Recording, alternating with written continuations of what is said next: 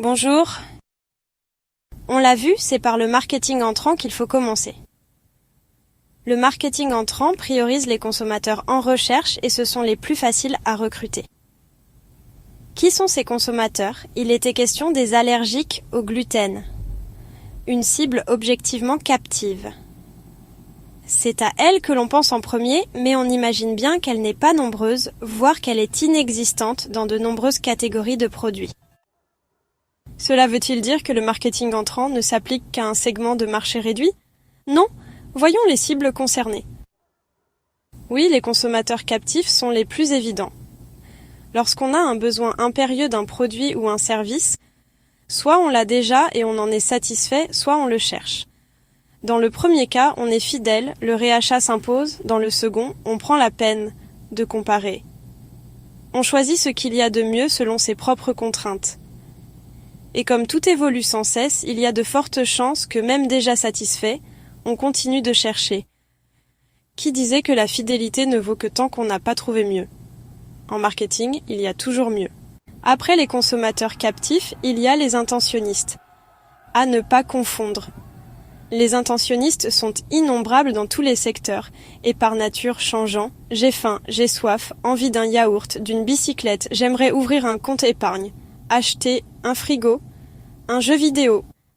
Les intentionnistes constituant la cible la plus désirée du marketing en général, celle que tout le monde cherchait sans pouvoir l'atteindre, n'ayant aucune donnée à disposition pour la toucher à temps. Jusqu'aux cookies et au traitement prédictif des fichiers, ainsi qu'à la gestion du référencement en ligne. La prédiction étant encore approximative, c'est le référencement qui prévaut. Après les intentionnistes, les consommateurs favorables. Tous les besoins ne sont pas anticipés. On suit aussi ses envies du moment. De nombreuses décisions sont impulsives. Les publicitaires vous diront que les choix sont guidés par la publicité, qui crée de la préférence de marque et installe des réflexes. Cela reste vrai, mais le rapport aux marques a changé avec les réseaux sociaux. Si le concept d'attitude positive demeure, celui d'engagement s'est ajouté. Les consommateurs favorables à une marque ne se contentent plus de l'acheter quand ils en ont envie.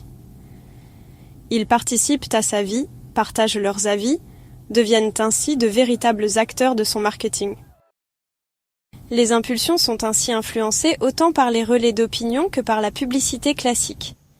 Et ces relais s'alimentent de tout ce qu'ils trouvent en ligne sur la marque, se forgeant ainsi leur opinion. Charge à la marque de les nourrir convenablement. N'oublions pas aussi les consommateurs suiveurs. Combien de fois ne le sommes-nous pas par manque de temps, d'intérêt ou de compétences? Il y a tellement d'offres sur le marché et tellement de publicité pour les promouvoir qu'il est impossible de nous tenir au courant de tout. Nous nous fions donc aux conseils de nos proches, dans le monde réel ou bien plus souvent dans le monde virtuel. C'est l'avis client, première source d'influence commerciale. Mais même suiveurs, nous ne nous laissons plus facilement influencer. Il est tellement simple de vérifier, pourquoi prendre le risque de faire un mauvais achat? C'est là qu'intervient le marketing entrant pour lever un doute, faciliter une comparaison et enfin conforter un choix. 3 étapes du processus de décision auquel le marketing sortant est inadapté. Enfin, il y a les consommateurs indirects, prescripteurs ou aidants. Pensez à tous ces consommateurs qui interviennent dans l'achat pour d'autres. Ils représentent plus du quart de la consommation, le tiers des jouets, la moitié des soins aux personnes âgées. Ainsi, la génération sandwich, coincée au tournant de la cinquantaine, entre parents, enfants et petits-enfants, est devenue le premier segment de consommation. La particularité des consommateurs indirects, c'est qu'ils sont hyper prudents et prennent beaucoup de temps pour se renseigner avant de décider. Pas de doute.